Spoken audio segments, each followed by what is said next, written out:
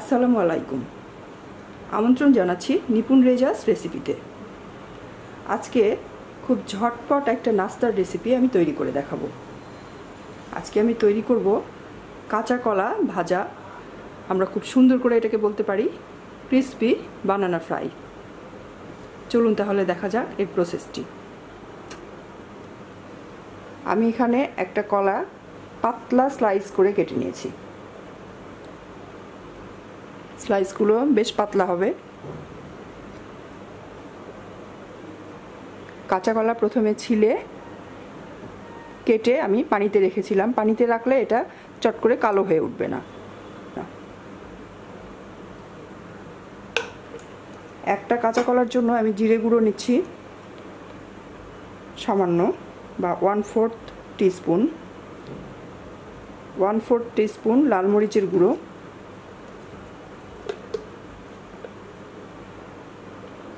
সামান্য হলুদ গুঁড়ো,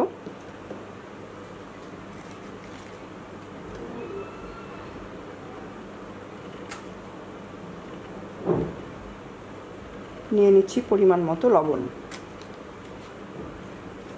আমি খুব সামান্য মশলা দিয়ে কিভাবে এই নাস্তাটি তৈরি করা যায় সেটা দেখাবো। এবার খুব ভালো করে মশলাগুলো কলার সাথে মাখিয়ে নিতে হবে। লবণ আর মরিচের গুঁড়ো আপনারা যেমন পছন্দ করেন ঠিক তেমনটাই নেবেন। ঝালটা কেউ বেশি খেতে পছন্দ করেন, কেউ কম পছন্দ করেন। আর লবণ তো আসলে কম খাওয়াই ভালো, তবুও স্বাদ আসতে যতটুকু লাগে। একটা প্যানে অল্প করে তেল নিয়ে নিলাম। প্যানটা গরম হয়ে গেছে। আর কলার স্লাইসগুলো লবণ মশলা দিয়ে মাখিয়ে 5 মিনিট রেখেছি আমি। এর ফলে এটা বেশ ময়েশ্চার একটা ভাব চলে এসেছে। এবার আমি অল্প আঁচে এই স্লাইসগুলোকে ভেজে নেব। তার আগে আমি যেটা করব, আমি একটা ডিশে অল্প করে একটু চালের গুঁড়ি নিয়েছি। এবার এই চালের গুঁড়িতে মশলা দিয়ে মাখিয়ে রাখা কলার স্লাইসগুলো মাখিয়ে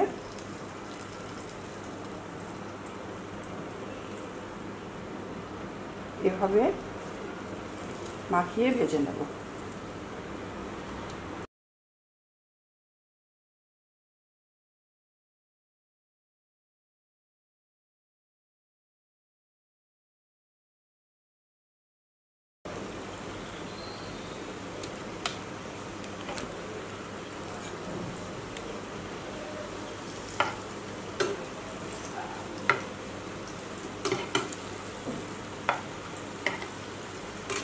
সবগুলো স্লাইস আমি উল্টিয়ে দিলাম এভাবে। আঁচটা যেন খুব বেশি বেড়ে না যায় সেদিকে খেয়াল রাখতে হবে। তেল চাইলে আপনারা আরও কম ব্যবহার করতে পারেন, কারণ এটাতে তেল একদমই কম লাগে।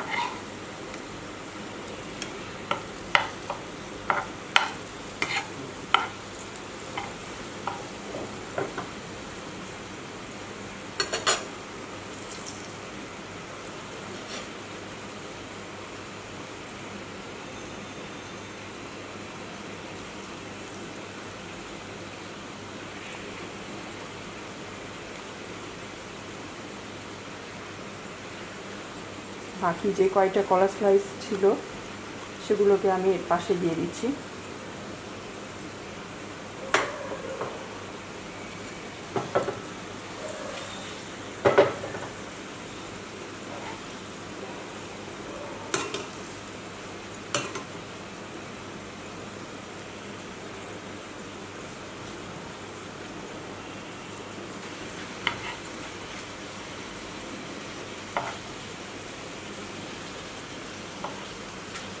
ভাজা হয়ে গেছে।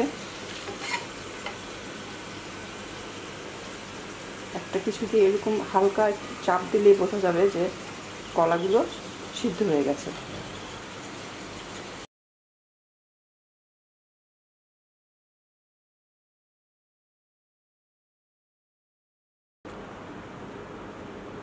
তৈরি হয়ে গেল আমার মুচমুচে কলা ভাজা অথবা ক্রিসপি বানানা ফ্রাই। আড্ডার টেবিলে কেউ যদি মনে করে ঝটপট স্পাইসি ক্রিসপি কিছু চাই, তাহলে সবচেয়ে কম সময়ে এ ধরনের একটা নাস্তা তৈরি করে নেওয়া সম্ভব।